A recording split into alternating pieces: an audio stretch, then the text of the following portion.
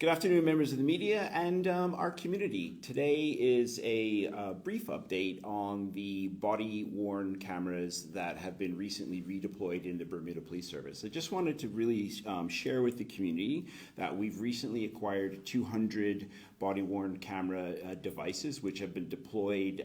We started deploying those on the 21st of July. Body cams are not new in the Bermuda Police Service. The reality is we've had them since 2015. However, with the reintroduction, if you'd like, because we just replaced we replaced 200, I just wanted to share a little bit with the community about body cams in general. So here is what the device looks like, and I think it's really important that the community knows. So this camera right now is on, but it is not recording. So the blue light is on so it can draw people's attention against an officer's uniform. It will draw their attention to the blue light to let them know that the camera's on. When the officer taps the camera, it goes through a series. It will look like it's kind of breathing, if you'd like, and that's when the camera is actively recording. So some of the with this new acquisition here, comparing the old versus the new, these cameras are 100% waterproof is one of them. They have about a 16-hour battery life, and because we run 12-hour shifts, that's a major advantage. And getting over the 12-hour hump in terms of runtime for devices is actually not necessarily common. So these devices are able to do that. And I would say that the biggest advantage of when you look at old versus new is that these cameras have the ability to live stream.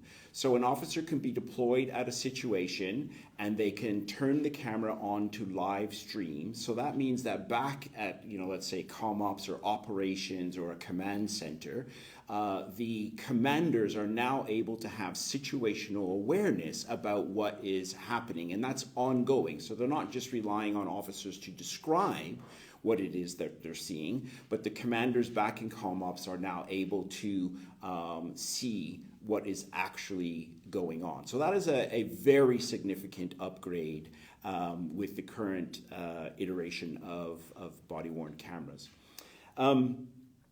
The latest, it is a cloud-based platform for recording, so that means that we're not hosting that, and obviously, it is very much privacy is baked into all aspects of the body-worn camera, so the storage is encrypted. We're the only ones who can access that footage, and I think in 2025 that's a particularly important aspect, and obviously it complies with all the latest cybersecurity kinds of protocols.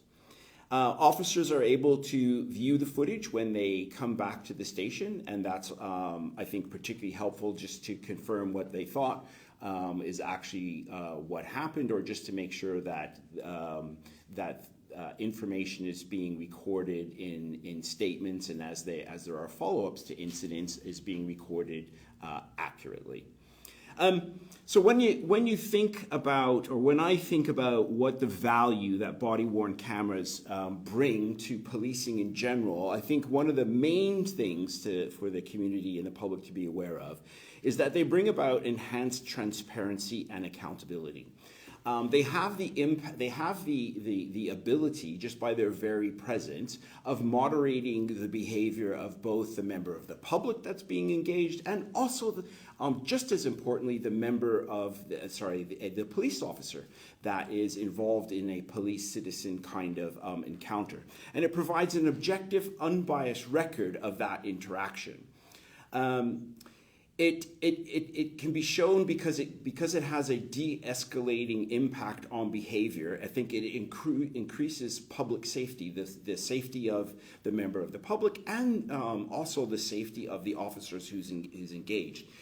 Research has shown that body-worn cameras and the use of body-worn cameras has a significant impact on the amounts of complaints that come in, because those interactions are being recorded. So it's not just people's thoughts and feelings about them. There's an actual third witness, third eye to the incident. Body-worn cameras have the ability to produce stronger evidence. So we're not talking about just what the officer saw, heard, and did, but we're talking about what a camera also saw, heard, and did.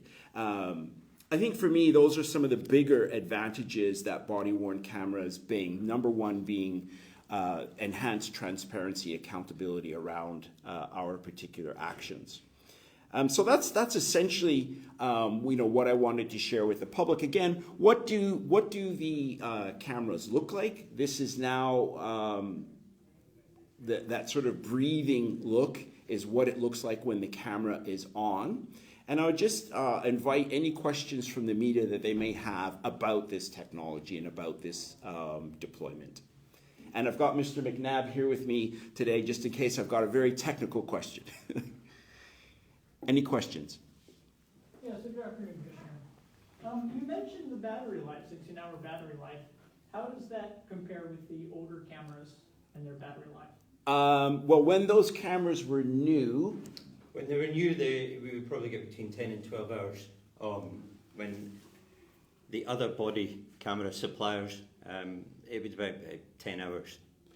These ones are going up to 12 hours and slightly beyond in certain circumstances. That's obviously dependent on the load on the camera, how many videos are taken, and how much power has been used to push those up to the cloud. And how many are any more expected? Well, we've got about, you mean in numbers, just your numbers of deployment? So we hope to get up to about 220 fully deployed, but right now we've got 200.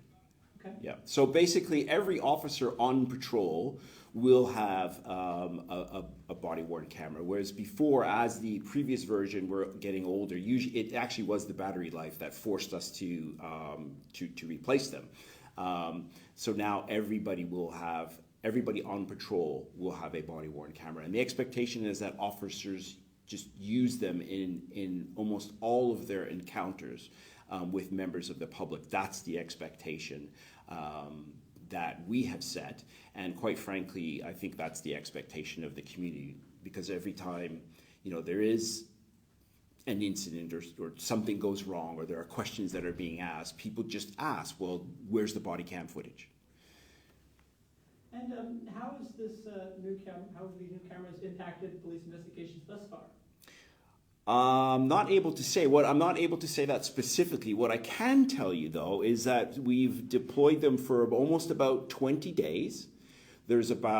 In that 20-day period, there's been about 2,000 individual uploads that have accounted for about 250 hours of footage. So I'm just not able to say specifically how it has helped. It will no doubt help.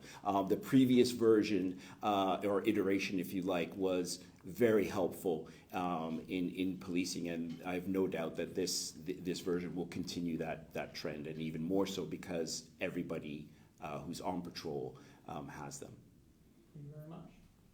Thank you. Cheers. Good afternoon. My name is Jasmine Patterson from Bermuda Broadcasting. Thank you, Commissioner, for your statement, and Inspector McNabb.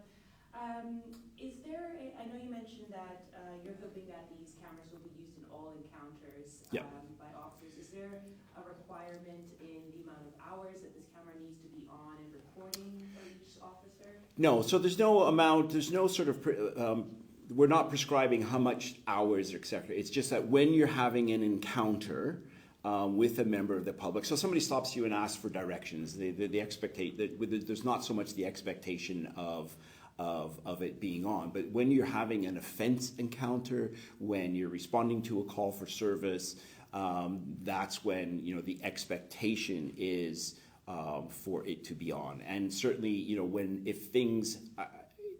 if we need to give an account for something, the question for me is going to be, was the body cam on? And if the answer was no, it's a why not, with an expectation that officers provide a cogent answer to that question. Because there will be circumstances where officers, in a small amount of cases, where officers feel it is not appropriate to deploy or to turn on the body cam footage. So this would include DUI stops, for example. Absolutely. Those get Absolutely. contested in court. Yeah. And that leads me to my next question. Is the footage on the body cams admissible in court? Are you allowed to share this footage? Yes, and we have historically presented body cam footage as evidence in the courts.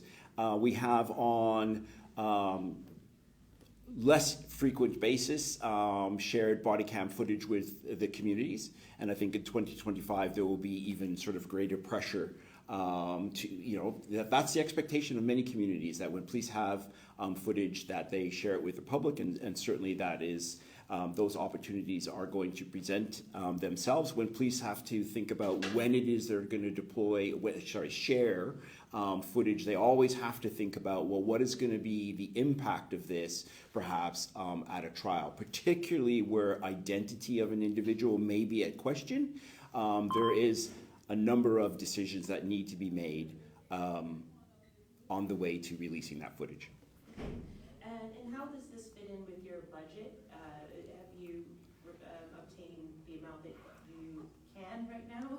Yes. So, I mean, I can just give you a little bit from a budget perspective. So this acquisition of 200 body cams cost about $550,000, and that includes the acquisition of the cameras and 36 months of storage, service, maintenance and support. So basically, if something goes wrong, we sort of send it back and they send us a replacement. Or actually, we have a number of spares on hand, to accommodate for that. Okay. And just a question: why does the PPS not share body cam footage with the general public, just out of interest? Yeah, no, so it goes back to, we have to consider what is the potential impact on a future trial, right? That's really the big question that goes back and forth. And you would see, you would know that we don't share a lot of images, whether it's images captured by ourselves or images captured by the government CCTV camera or private. That is not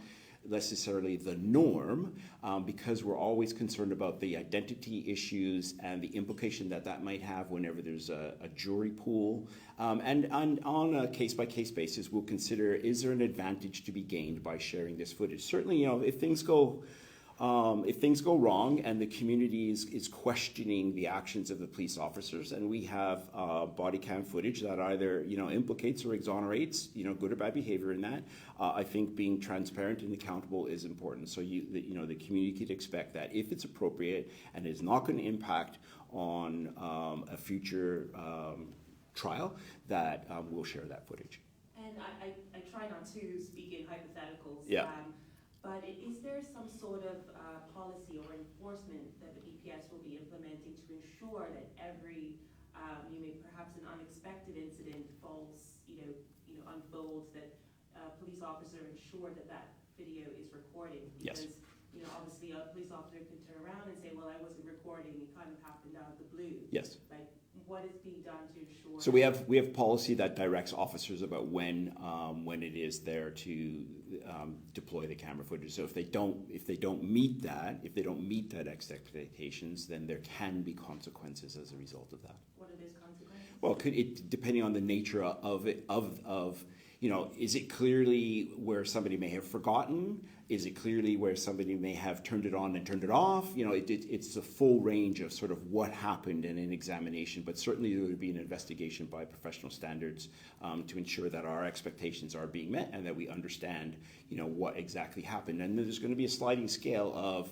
of I just forgot to I'm doing something on purpose, and we will respond accordingly.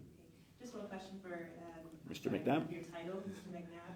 I guess in your experience using the body cams, have you seen this sort of de-escalating impact happen when the body cams are running? What's been your experience with these cams in the field? I think generally now the members of the public are clear that we are carrying body cameras. There's CCTV all over the island. So they generally, when an officer declares that the camera is on, the person usually thinks twice about saying something or doing something that they may have done if they knew the camera was off. So it has de-escalated a number of occasions. Does this somewhat help with your policing efforts, given that you're still trying to fill the ranks and hire more officers?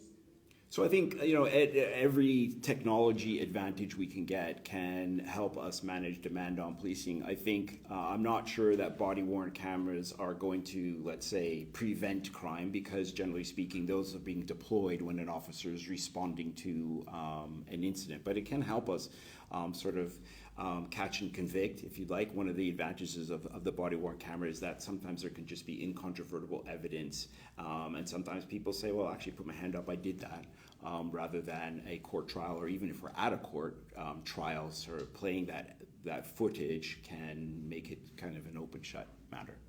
Do you have any update for us on your recruitment process, how that's going so far? So basically, from that's a segue. so basically, we have a Recruit Foundation course that's in now. I believe there's 14 there. That course is due to finish in October, and we have another one that's due to start in November. Final numbers, we're still going through that process, but I'm anticipating about another 15 officers to join at that point in time. And then there will be a further course that starts, I believe, in March, April 2026. And if trends are the same, I would imagine that another 15 officers would join the organization at that point in time also. You happy with those numbers? I'd like to see more. I would always like to see more. But kind of 15 is what we've seen. We really want to get up to 420. Right now we stand at 378, which is actually 10% less of what we agreed a number of years ago with government. And I hasten to add, while we're talking about it, that the number 420 was a number that we agreed when there were significant financial constraints in the organization. In the economy. Money is not a problem to increase. Basically, our budget is really, we look at how many people we could realistically recruit within that financial year, and we have that money. Definitely government funding as it relates to employment is not an issue.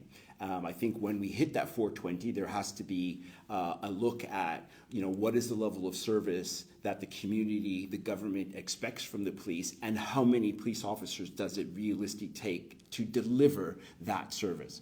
That is actually an exercise that is going to begin soon. We're going to be doing I'm calling a core functions kind of review, where we look at the how we're delivering safety across the island, and obviously police staffing will be a part of that. Thanks for your time. All right, excellent. Well, thank you very much.